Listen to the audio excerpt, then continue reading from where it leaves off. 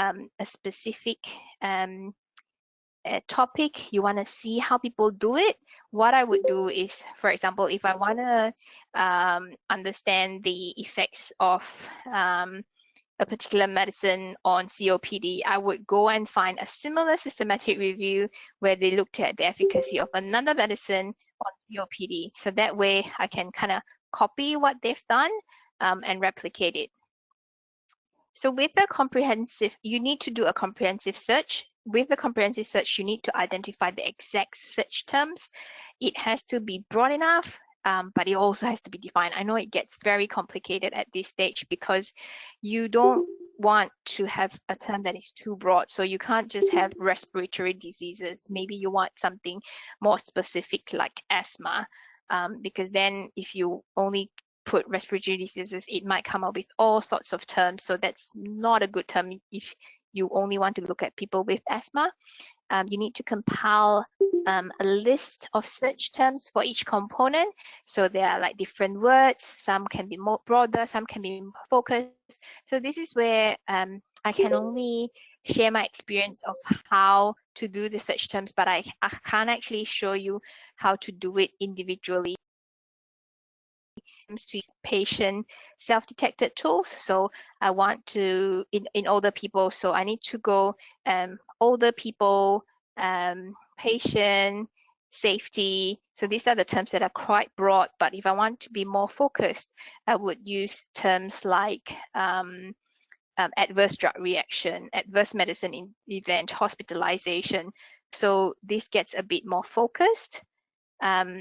And the good thing about this whole systematic review is, thank God, some of the databases, they have a lot of librarian, and their task is basically to map each paper with keywords. And so it's called a headings. So it's called MESH. So it's medical subheadings. In Medline, they use different terms in different databases. So what this means is that when a paper is published, and if it is published and indexed in Medline, the librarian would go and say, okay, this paper belongs to MESH safety, MESH adverse events, MESH hospital, MESH older people. So they give it like sort of like a tag, like a hashtag on like Twitter when you try. So once you click on those, so for example, if you post on Twitter and you go hashtag IPSF, so anything that goes hashtag IPSF comes out. But someone has to actually manually tag this kind of hashtags. So with publications and papers, there are actually people who actually do this kind of tagging. So it's a controlled library. It's a standardized search term. So no matter what, so you won't see or typos or like how, depending on how the authors want to describe it. So if for example, if it's IPSF, it has to be IPSF. You won't see, even if there's a typo that says ISPF, the librarian would change it and all standardize that paper to IPSF. But also bearing in mind that each database has a bit of a different thesaurus, so you have to translate. So for example, in Medline, they might call it IPSF. In Embase, they might call it International Pharmaceutical Students Federation. So it's important to know which type of headings that they use. But the good thing is, when you actually, in practice, when you actually type the name in, it's actually, it pops up. So if IPSF is not a term that Medline uses, it will not pop up. So you can't click on that. So it will only those terms that are used will appear. Oh, yep. So I've got this in. So as you can see, this is the Medline, also called PubMed. That's the database. If I click on the MESH terms, if I type in dementia, there will be a list of all the terms that are indexed to dementia that I can pick. So you can see that there's acquired immunodeficiency syndrome dementia. Maybe that's not what I want. There's AIDS-related dementia complex. Again, maybe not what I want. Scrolling down. And so you would only pick the ones that you want. So maybe if you want to look at delirium dementia and cognitive disorder, then you would pick the third from the bottom. And so that sort of helps you narrow down the terms that you can use, and so that eliminates other sort of they might eliminate like autism and all that. So with keywords, you want to select you can search either the title or the abstract. So sometimes, because papers, there'll always be a title of the publication, there will always be an abstract, but sometimes we would think that the authors would put the keywords in the title and abstract, but that's not necessarily the case. Sometimes they can be pretty bad at like thinking what the paper is about. So you have to actually read the whole paper to find out whether, oh, they were actually talking about dementia, but there's no mention of the word dementia in the title or abstract. So, and this is where the mesh would come into play, because the librarian would tag dementia on that paper. Now, this is another trick which is useful but also can get quite confusing, which is truncation. So if there are different symbols, so the asterisk, the dollar sign, question mark, and hashtag, all that, they all mean different things. And to make it even more fun, they all mean different things in different databases at all. So it can get very, very complicated. But I would encourage, like, just have a play. It will take quite a bit of time to know what they mean. But for example, if you put medic, if you want to capture anything that's medication, medicines, you put an asterisk sign, or if you want to have, so asterisk basically mean anything that comes after that gets captured, but like a dollar sign means it could be only a one letter. So it'll be only medica, it won't capture anything that's medication, medicines, or medicines. And to make things a bit simpler, there's a function called or, not, and n. So you can be quite specific. You can go, I want dementia, but I don't want stroke. So dementia, not stroke. Or you want to have dementia and stroke. You want to see effects of something that the population where they have dementia and stroke. So you could go dementia and stroke.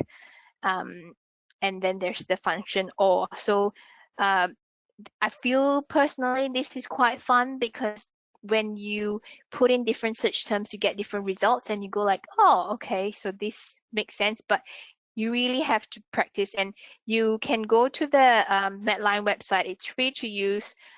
Everyone can play on that website. You can put in all these search terms, or, not, and all the truncations that you like. The only issue with the access is that if you want to retrieve the final paper, you might need to pay, which is where the university subscription comes in handy. But like, other than that, you can always use the database to find any of the papers you like. It's completely free. So with the search, there are different types of vocabulary.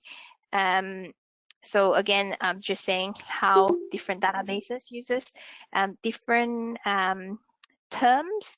And so, for example, Medline and Embase, they use a different indexing system. PsycInfo don't have a specific term. So we ideally in the research world, we would want everything to be quite standardized. But once you get into research, you know that's not the case. I guess it's the same everywhere in like different field. In like pharmacy, you want a standardized protocol to do one thing, but you know, in reality, you've got many different protocols, and people don't agree with each other, so they come up with different systems that they like. So it is a bit of a learning curve, but that's what makes it fun. So we need to develop, just bearing in mind that you need to develop a search strategy for each database. So for Medline, Embase, PsycInfo, International Pharmaceutical Abstracts, they all need to have different search strategy. Or a tip that I like to use, I go to Google. This is called Google Scholar. You can access it at scholar.google.com. It's also like Medline and Embase, except it's free. But it's quite limited. Again, you can't get access to the actual paper usually, because that's subscription only again. But it allows you to look for the papers.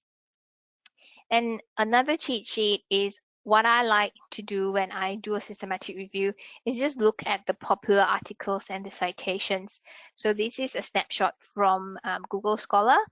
And you can see that all the papers are listed, but you can also see there's you can organize according to when they're published. So on the left, is it since 2018, since 2017? If you want to, for example, in your systematic review, you want to look at what are the health apps that has been used for prevention of smoking, you wouldn't go all the way back to 1960s because like the literature isn't relevant, and obviously healthcare apps didn't exist back then. So you might want to start from like maybe 2000, or if you know that in that certain specific topic that you're interested in, maybe the technology was only formed in 2015. So there's no point at all going back to like 2000. And another thing that I find interesting is that if you look at one of the popular papers, you can see how many times it has been cited. And so basically citation means how many times other papers have cited this paper. And so this paper has been cited over 5,000 times, means it's highly read, highly cited. And then you can click on that citation to see what are the other papers that have cited this paper. So the chances are the papers that they've cited this paper are the relevant ones that you're looking for. So that's a quick and easy way to find out the papers that you're interested in. Now, where to download these papers? Like I said, online library. And you, if you don't have access, it can be a bit of an issue, but I think that a lot of universities and libraries, they should have access. You can get them there, or you can go to the library and get a hard copy, physical hard copy, or you can have an interlibrary loan. So for example, if my university doesn't have access to a particular paper, I would then ask someone else's university if they have the paper. And sometimes, if we are quite lucky, some of the papers are actually now open access, which means that they are available to anyone. So the researchers have to pay to get them published, but they are free to use by anyone. Or the last option is to contact the author. A lot of people are happy to share their papers. So if you want that particular paper, just email the author. So with the, if you go to PubMed, for example, and you find a paper, there will always be like affiliations and email. So if you want it, just ask the author, email them. Chances are they will reply. I always reply. So, or if they don't, just contact the second author, the third author, or the final author. If you can get the email, I mean, given that, you know, the internet is really accessible these days, it's not hard to find someone's contact email at all, especially if they are a researcher. They probably would have like a university website or a LinkedIn account. That takes a bit of stalking, but I think it's worth it if you want like a free paper. And also you need to save your references. So once you've done the search, you have collated all the papers that you want, you always need to save them somewhere. And one of the program that you can use is called RefWorks or EndNote. I personally use EndNote, but again, all these come with a cost. Again, if you work at a university or a government body, they would usually have subscription to all these programs. Because if you want to publish a systematic review, like I said, you need to be clear. It has to be transparent and reproducible. So when you publish the paper, you need to specify when did you do the search. Is it from 1990 to September 2020, or where did you retrieve the information? Do you only limit your search to 2 databases? Did you do in 3 databases or 4? So I would suggest having a search log. So for example, here I would say, okay, I've done the search on the 10th of March 2020. I used the database Medline. What were the keywords that I've used and how many results did I get? So of course, this is a much simplified version. If you actually do a proper literature search, you probably have keywords that are much longer, but this is just a snapshot of how it should look like. So you should have a date when the search was done, what database you use, how many you use, and it also helps just being more organized, because like I said, sometimes, you get a bit busy, you might come back again and then go, oh, I want to run this search again, but it's already September. So you want to know when was the last time you did the search, so that you don't have to search everything that's prior to that date. So if I know that it's September now, I want to do the search again, I would go from April to September, because the last time I did the search was in March. So then you have to, once you've done the search, you want to select and extract the data. Usually for the systematic review to be robust, we want to have two people extracting the data. And what I mean with this kind of data is that you want to know what's the author's name, what's the title, journal, the year, what are the findings of the study, what are the key data that you want to know. So for example, if you want to know whether drug A and versus B are effective, so how do you define effectiveness? So do you want to look at the safety, the number of people who are cured, the quality of life of people that have changed? So these are the information that you need to extract from the papers, and so you want to have a standard form so that two people can do it concurrently, and then you can compare. So this is what I just said. So you want the citation detail, characteristics of the population, so how many people were involved in the study, and then what are the methods, and then what are the study outcomes. So you want to extract sufficient information that you can describe the study. It can allow you to undertake the analysis that you were going to do. And then so the most important bit is so that you don't have to go back to the full text again. So each research paper is probably about 5 to 7 pages, about 3,500 words. And you really want to do it just once, like you want to get it right.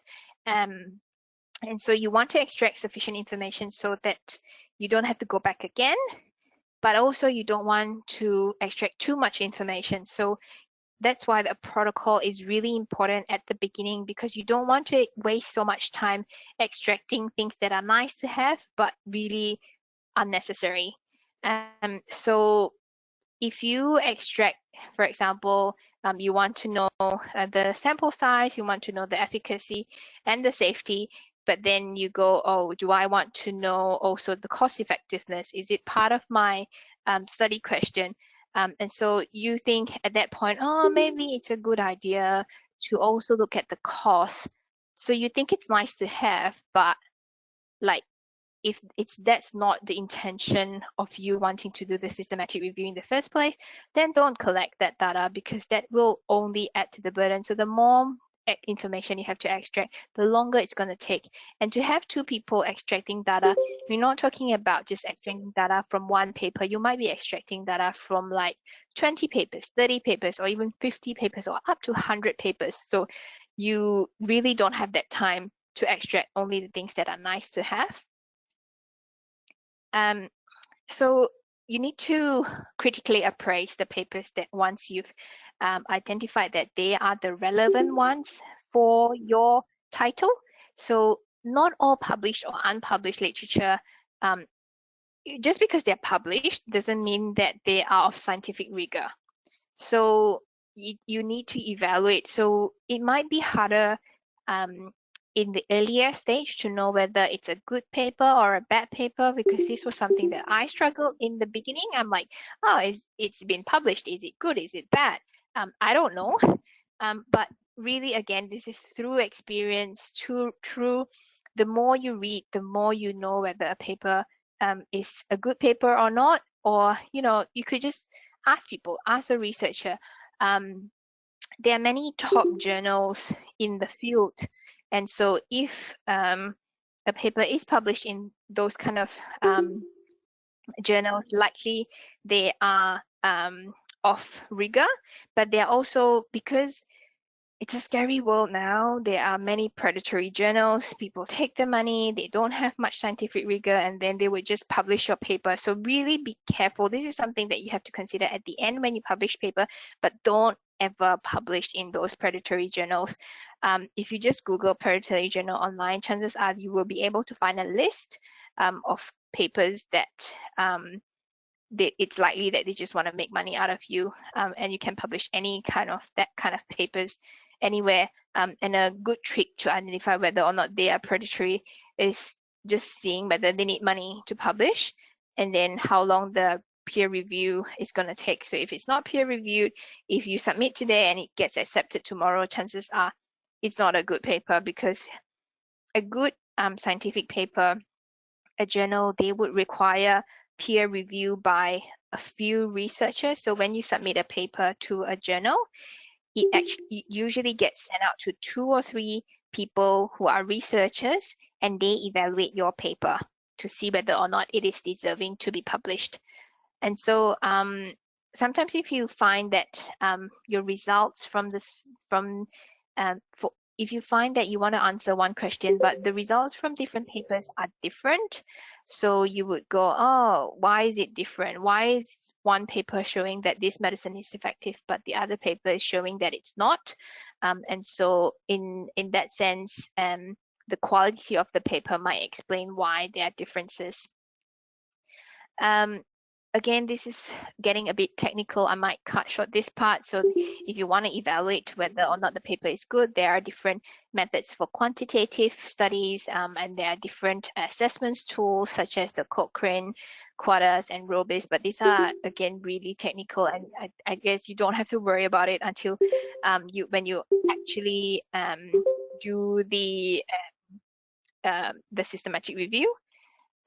So to synthesize the data, so once you've extracted, so the good thing about having a protocol is that you know what your questions are, you know who's going to extract the data, you have a standard extraction form, and so it makes it really easy when you want to synthesize the data. So you can have the quantitative data, you can easily pop that into tables, you can do descriptive synthesis and meta-analysis.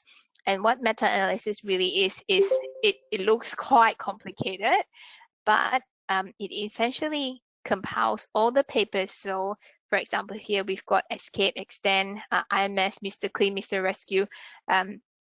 These are all different studies, and this, you need a bit of like statistical background, but it's not difficult to do. I've done it before, but it essentially just compiles all the studies that have answered the same question that you want to answer, and then it combines all the results into one information. So for example, if you want to know if drug A versus B is effective, but there have been 50 trials done in the world, so you don't actually know if it is effective, so you would add up all the study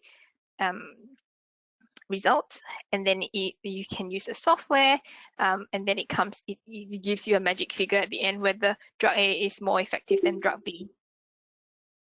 So now comes the end bit when you want to write it up, because if you followed a standard protocol, if you have done a really organized search, it would be really easy to write up as well, because once you've covered all the points, if to be actually robust, there is something called the PRISMA checklist, which is it's called preferred reporting items for systematic reviews and meta-analysis, and these are like sort of like the standard that people use when you publish a paper. So if you publish a paper in the systematic if you publish a systematic review in a journal paper, chances are the reviewers will ask you, okay, so where's your PRISMA diagram?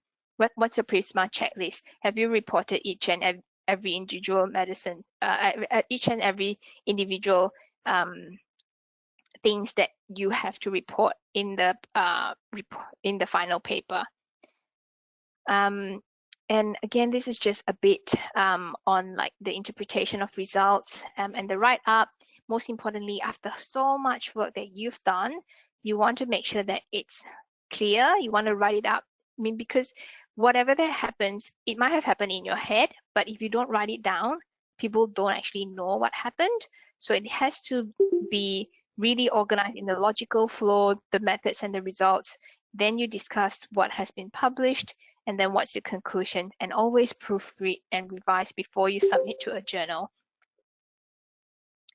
So what are some of the useful resources? I think we should be able to have the slides shared.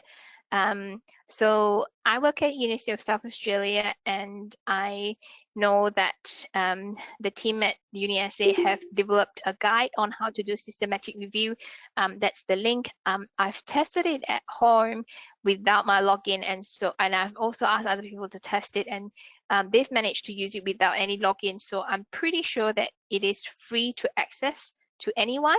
So it comes with so what I taught in the past, about 30 minutes, is really short and sort of like a quick and dirty guide how to do a systematic review. But this link will bring you to a systematic review guide that is a lot more comprehensive. It talks about each individual component that I've talked about, and there are videos that the lecturers have captured. You can also go to PubMed, which is the Medline tutorial. That's the link. The Cochrane training, I've also linked where you can access some training handbooks. The PRISMA checklist, I've also linked it to you. And also if you're doing a postgraduate or at the university, you can just ask the university librarian. So these are some of the resources that could be useful to you. So this is what the University of South Australia website looks like for the systematic review.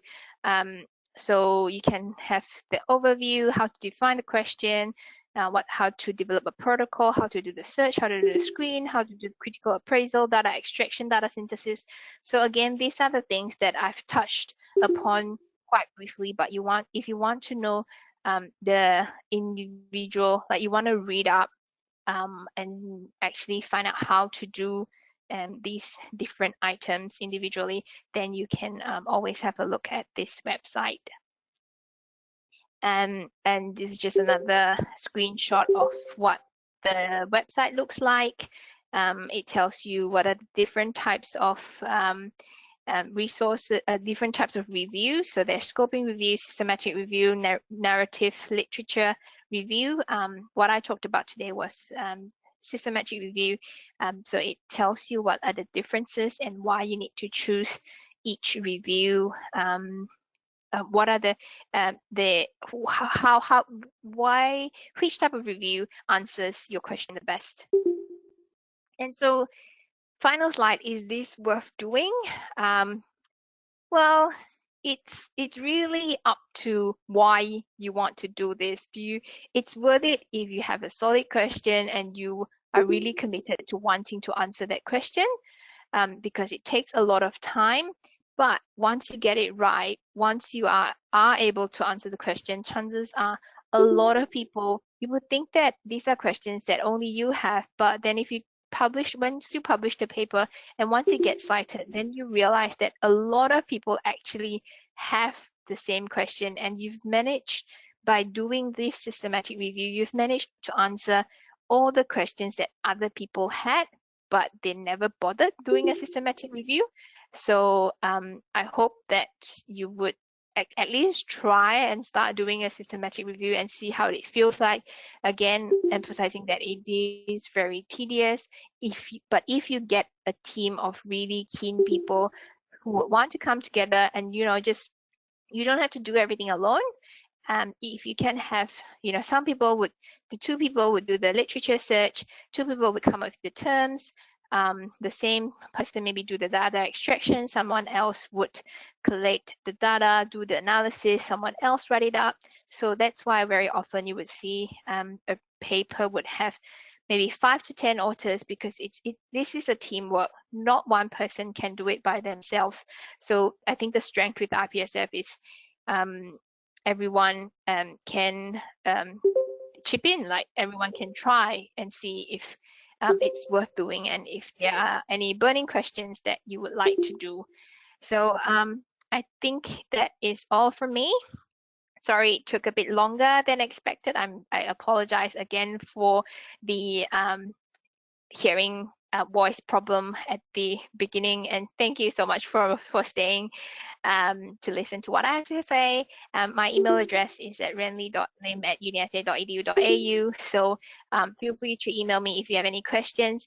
The only issue is that my university tend to block emails from outsiders, so if you can't reach me, you can also message me or follow me on Twitter at Dr. Renly. And so I'll probably be more responsive there. I'll reply to your email if you email me and it doesn't get blocked. But if it gets blocked and you don't hear from me, sorry, it's not that I didn't want to reply to you. So thank you very much. I'll head it over to you, Margaret, if anyone has any questions. Yeah, thank you, Dr. Lim, so much for your presentation. Just a few questions throughout the presentation here. Let me pull those up. One question was, why is the cost of academic literature so high? If you could comment on that, or if you have any insight. Yep. So this is a bit contentious. So this is something that we've been discussing the whole time, where we pay, and the organizations have to pay an exorbitant amount of money to the scientific publisher, the databases, and then sometimes we as the reviewer, we have to also do the reviews for the papers for free. And then sometimes if it's open access, we also even have to pay the databases to publish our papers. So I think the simple answer is I feel like because it's such a big organization where they handle all this, like I said, they have like a librarian to index something, but then it's not a simple to answer question. I wish they were cheaper. I don't know why they're so expensive. So it's not something that both you and I could solve. So I think the answer is I don't actually know why they're so expensive. They are really expensive. If you want to access it for free, I think the easiest way would just be to either ask someone who works at the university, or if you're enrolled as a postgraduate student, that would make it a lot easier for you to access. I'm sorry, but I don't know how to make it cheaper for people.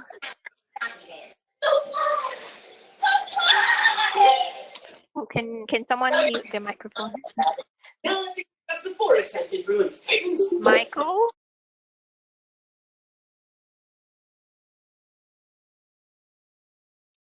Yeah, I definitely understand that your access to resources is very dependent on your institution and what your university is willing to pay for.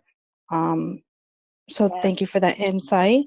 Another question that we had, let me see.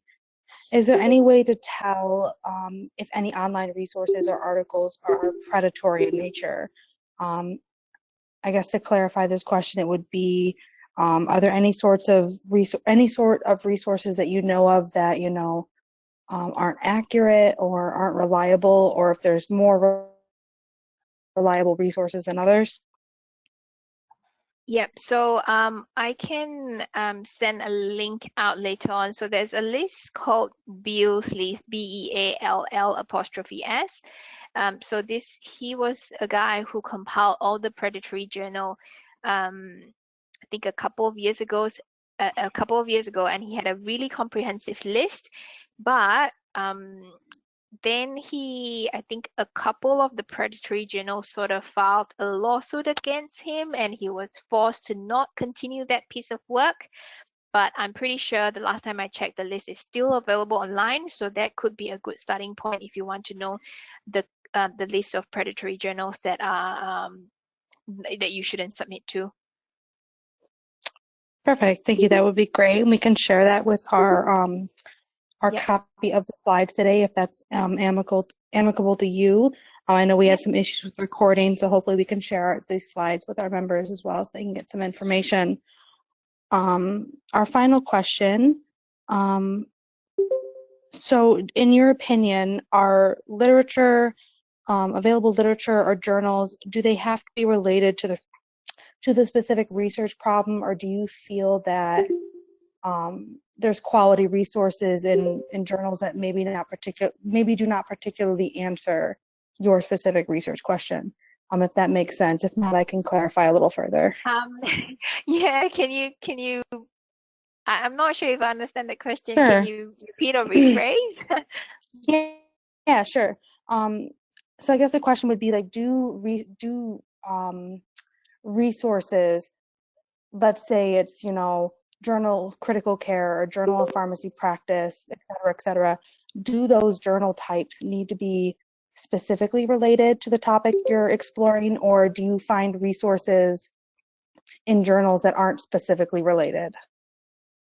I would also, so on top of, so if I know that, for example, if I want to look at research that are quite pharmacy practice related, I would go to like Journal of Pharmacy Practice and so on, but then those may not capture all the things that I want. So with the systematic review, it has to be very comprehensive. So we would even have to go to like theses or like conference abstracts, like I mentioned earlier. And so yes, you would definitely have to venture outside those sources that you think are relevant, but also have to look at other resources. Don't know if that answered the question. I believe it did. I mean, perhaps the person who asked the question could clarify further, but Yeah. I agree. I think that it requires, you to have like a wide scoping view of the available literature and kind of assess everything that's available. So I agree with that. Absolutely. For sure.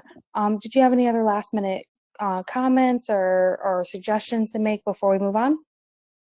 I hope, well, I guess I hope everyone found, some people at least found this useful, and I think that it is a tedious task, but it is, I feel like if you want to get a bit of a feel into what research feels like, then doing a literature review or systematic review is a good starting point. I would encourage all pharmacists. I mean, we all, whether you're a community pharmacist, hospital pharmacist, you're working in industry, you're always solving questions, and doing a systematic review is really just about answering a much bigger question than the smaller ones that you encounter in your day-to-day practice. Sure, perfect. I have one last question from one of our attendees. They're just asking you to comment a little bit on the difference between specific research articles and literature review. I think this is where I explained it in like the first couple of slides, but no one could hear me. So research articles are usually original articles. So you would do a good piece of research, you collect data, and then it basically means you synthesize new data. So it could be you actually recruiting patients to be part of your trial, or you play with like a big data set and do some statistical analysis and you find something new. So those will be published under research article, whereas literature review basically summarizes the findings of these research articles. Perfect. Thank you so much. Just to kind of wrap up, before we kind of hand over the floor to Allison here for just a little announcement. Thank you all so much for attending, for your patience at the beginning, working out kind of the technical bugs with the audio. But I think that we ended up having a pretty successful session. If you have any remaining questions, we will be sharing the slides from Dr. Lim's presentation today, so you can have access to her email as well as the information she shared today. But with that, thank you, Dr. Lim, so much for your time and your presentation. And I will hand the floor over to Allison.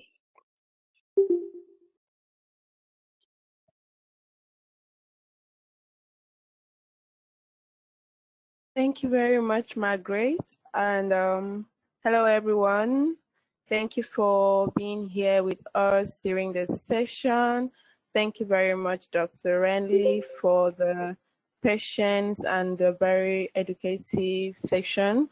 I've learned a lot, and I trust everyone here have learned something new today. So to wrap up, as Dr. Lim has said, if you want to have more insight into research and everything as a pharmacy student and as a recent graduate, you need to have like try out doing some literature reviews and stuff. So IPSF is giving opportunities for members of the Young Researchers Forum to work as a team to do a literature review on some research topics. And the first topic we would be working on is the impact of climate change on drugs. Then the second one would be the extent of substandard and falsified medicines across the globe. So basically, if you have interest in any of these topics, please kindly fill out the form. We will be sharing the link with everyone soon to register your interest for putting into practice what you've learned today. And also, if you also want to actually do a literature review or a systematic review and you don't have interest in any of these topics that we are working on, you can as well fill out the form and specify the kind of topic you have passion for as far as it has global relevance and, of course, global health relevance and value.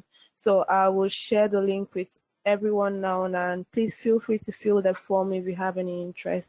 Thank you very much. And then just to clarify, it looks like the evaluation form has been shared several times in the chat here. And we'll also we also plan to include it with the slides that we'll share with all attendees. So please fill that out at your earliest convenience, just so we can get an idea of how to best move forward with the webinar series.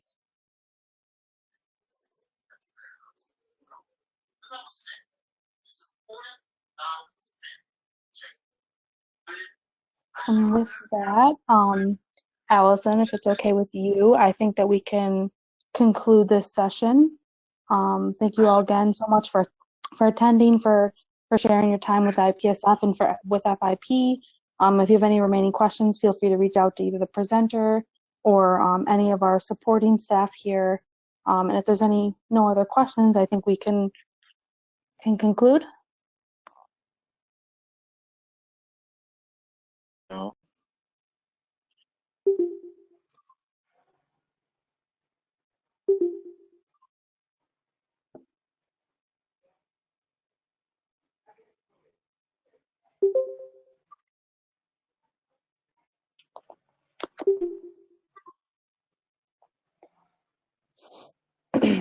And then here is just for your reference, our social media links, as well as some of our other resources, including our publications. If you're looking for more information, you can go ahead and get in contact with IPSF through any of these platforms.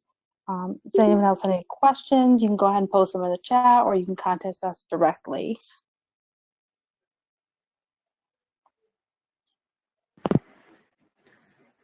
Okay, I have a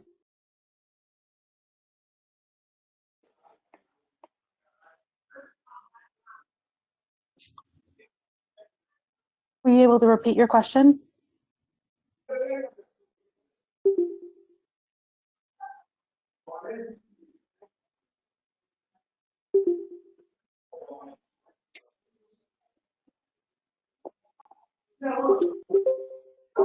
Well, any residual questions or lingering comments?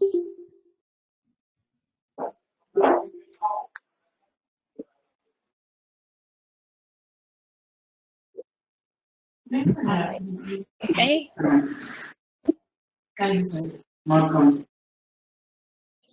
Can you hear me now? Yes, I can hear you.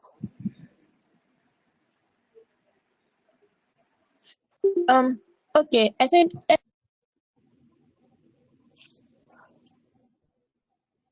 I'm sorry, you're breaking up. Do you mind typing your question?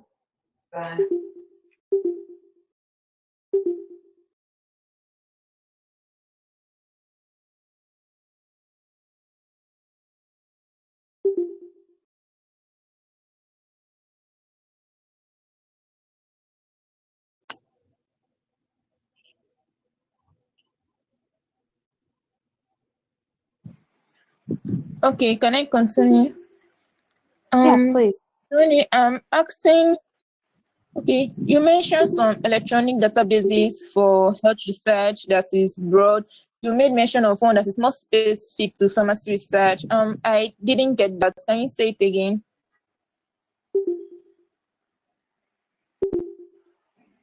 I'll try to understand. I'll try to answer that question.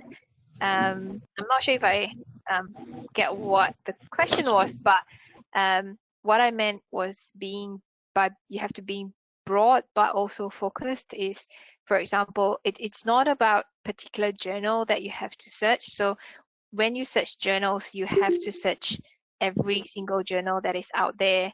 But that is where the database comes in handy, because the database actually have all the journals in place already. You just have to put in the search terms that you want, and it would search all the journals. So not just the pharmacy journal, it would search the medical journal, the urology journal, the cardiology journal. So all of the journals, but your search terms have to be quite focused. So for example, if you can't just type pharmacy, because that would pretty much pull out everything that is pharmacy related. So you want to be more specific.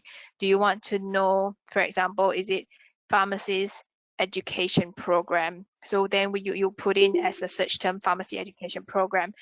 You wouldn't put in just sickness, because that's too broad. Do you want to know pharmacy education program impact on for example, smoking cessation? So then you would put in smoking cessation instead of just sickness or ailment. So that is what I meant by the search terms having to be quite broad, but then it has to be focused. So it cannot be as broad as sickness, but it also cannot be too broad. So you can't go smoking, what is too, so you can't have like a specific brand of cigarette. So you have to be a bit broader by going smoking instead of like downhill or whatever.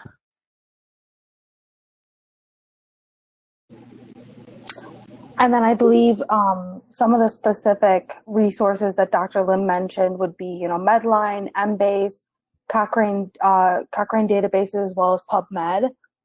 And those can kind of give you an overarching view of available literature throughout all of the health professions, not just pharmacy. But those resources will be shared in the slides when we are able to share those as well. So thank you for your question.